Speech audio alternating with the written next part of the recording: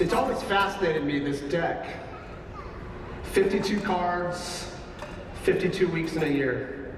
2 colors for day and night, 4 suits for the 4 seasons, each within 13 weeks.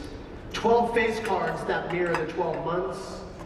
Add it up and you get 364 cards. Add in one of the jokers, you get 365. Add in another for leap year, and you have a story of time itself, small enough to fit in your hand. And isn't that true for life? Something ordinary on the surface, yet holding the mystery of time, rhythm, and story right in the palm of your hand. You see, every hand we're dealt either feels like fortune or defeat, yet holding this mystery of time is much like these cards that simply just keep coming to you. And over time, they don't just shape the story, they shape us. They shape you and I. You see, since the last time that you and I met in 2024, my life has changed yet again. My wife and I welcomed our second child into the world, Chase.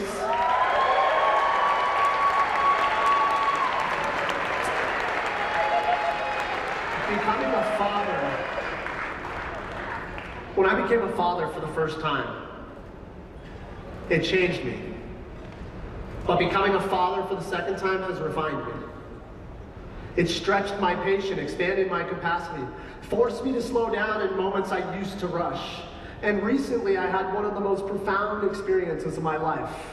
Not as a CEO, not as a founder, not as a speaker in front of you, but as a dad. I was on a cruise with my family over the holidays, and my daughter and I had some of the most life-changing moments together. No schedule, no expectations, no time, just us. And somewhere along the way, everything inside of me got internally quiet. I realized I had spent so much of my life to that point, learning how to fight. And I had to relearn simply how to be present. Not to fix, not to build, just to be a dad. And in that moment, I didn't feel limited, I felt powerful. She followed my lead, and actually most of the time, I followed hers, which isn't that surprising for those of you that know her. But we thrived. That moment changed me, because for the very first time, I wasn't playing the hand that I was dealt. I was sitting in the hand. But it took me years to get there, years of trying to understand that I was dealt a certain card on July 26, 2007. It was then that my life changed forever. That day broke my neck, but that did not break my spirit.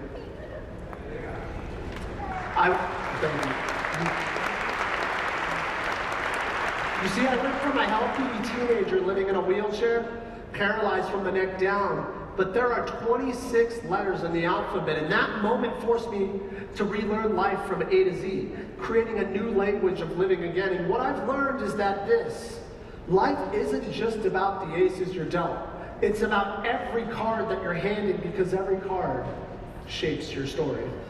Tonight, I want to talk to you what it means to play the hand you're dealt, to play the cards that you possess.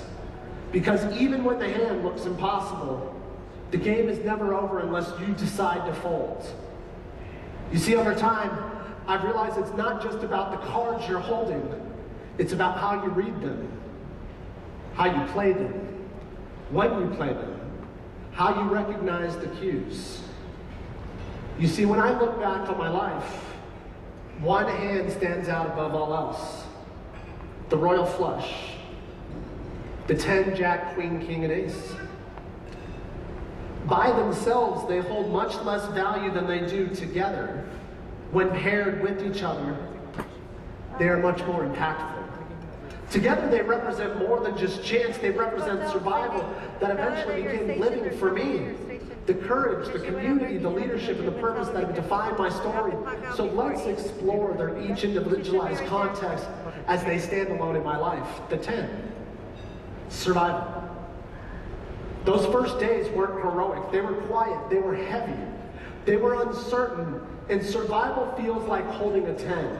It keeps you in the game, but it doesn't win. The question becomes, do you stay? Or do you keep yourself long enough in the game to build on it? You see, the jack represents courage. Sometimes courage, it doesn't feel like confidence, but it feels like showing up anyways. It feels like choosing to believe in something when there's no evidence yet that it could even be something worth your while. Courage allows me to build on something that I didn't even believe existed. The queen represents love, nurture, connection. And today I see the queen in my wife, in my family, through my kids, through the community, all of you that have carried me through the moments I could not carry myself. And I see it in a way now that I never could before, because when my daughter climbs onto my lap, or my son looks at me with curiosity about the chair, I'm reminded of something. My story is no longer just about recovery. It's about what they and you inherit from how I live. That's the queen. The king represents my responsibility. But leadership for me, you must understand, has evolved. It's no longer about just leading within the walls of my business or my passion. It's about standing in rooms where decisions are being made that affect people who don't even have a seat yet at the table. I've had the opportunity to go to Capitol Hill and advocate for change, to challenge the way that reimbursement is structured, to push for recognition that what we do is not optional in therapy, it's essential. I've stepped into rooms within the health and fitness industry where I've had to say, we don't need to be accommodated. We need to be integrated. Because inclusion is not about making space on the side. It's about redesigning the room so everyone has a place and belongs in it. And leadership to me is about carrying that responsibility whether it's comfortable for me or not. The ace. This represents vision and purpose for me. Purpose beyond today. It's committing to what's possible tomorrow. For you, your ace might be perspective. The understanding that what you're building today is connecting to something greater tomorrow. Through my role as an ambassador captain for Wings for Life, I've had the opportunity to be a part of something global, and as Aaron just reflected, on May 10th, the Wings for Life World Run will bring hundreds and thousands of us together to run for the same mission, to cure a spinal cord injury, something that we are fighting for sustainability in here tonight. That's what the ACE represents. It's this balance between investing into today and through the perfect step and the Be Perfect Foundation, helping people heal, recover, rebuild, while also believing in the future. Believing in science, innovation, and progress, believing that one day a cure is not just possible and it's inevitable. The ACE for me is hope stretched across time. Hope that what we do today is preparing people for tomorrow. And for the first time in 18 years, I truly believe it when I hear that a cure might be around the corner. I believe it because when I hear about what Wings for Life is doing and the backing that they have from Red Bull, holding scientists and researchers accountable to collaborate, sharing knowledge and pushing the limits of what's possible, all in the pursuit of a future for spinal cord injury. I'm all in.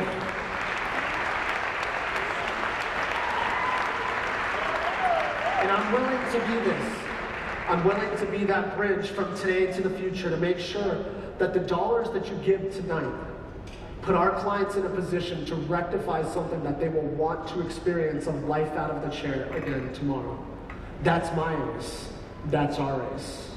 But the truth is this. None of us ever wins the game in life with one single card. Every hand is a combination, sometimes messy, sometimes surprising, and sometimes full of promise. But before you can even have a pair, you've got to start with one single card. There's moments in life when life deals you nothing but a high card. That was me in my hospital bed after my accident, but here's the truth. The hand doesn't define the player defines the hand. And your high card may even have increased value as it's paired with the next card. What about a pair? They call it a pair for a reason, because sometimes the first real strength we find is simply not standing alone. Support is what kept me going. My family, my friends, my wife. You don't realize how powerful a pair is until you need it. Two pair is a balance between two things that both matter deeply. And for me, that's leadership and family, purpose and presence. And balancing those is one of my greatest challenges, but as much as my purpose matters, my faith and my family reign above all. And yes, somewhere is a nowhere. A yes somewhere is a no to something else. And time away from home means maybe a memory or a moment missed with my family, and yet I'm grateful that even when I'm away, the people I serve alongside, my friends, my colleagues, my team, and all of you have become my family to me as well. But success without balance comes without a cost. But I've learned sacrifice isn't about losing something. It's about choosing what matters most in a given moment. You see, growth isn't perfected balance. It's being fully present in what you choose to hold. My life is moving in a trajectory of finding that perfect balance of being present for all the things that I love. Three of a kind is alignment. When the most important parts of your life come together to define who you are. For me, that's being a survivor, an advocate, and a father. And everything else I do is an extension of those three. As a survivor, I've learned what it means to endure, to adapt, and to keep moving forward when life is an instant, and it changes. And as an advocate, I've felt called to take that experience and turn it outward to all of you and to many more, to fight for access, for opportunity, and a better path for others. And as a father, everything deepens. It gives purpose, it gives weight, it means responsibility and legacy, direction.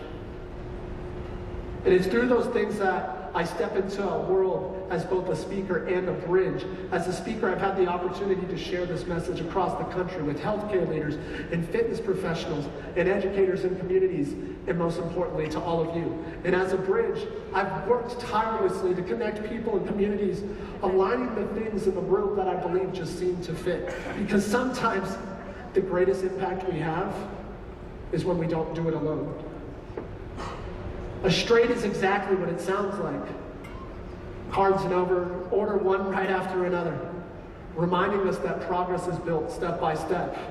And now, that forward motion continues in a way I've never imagined.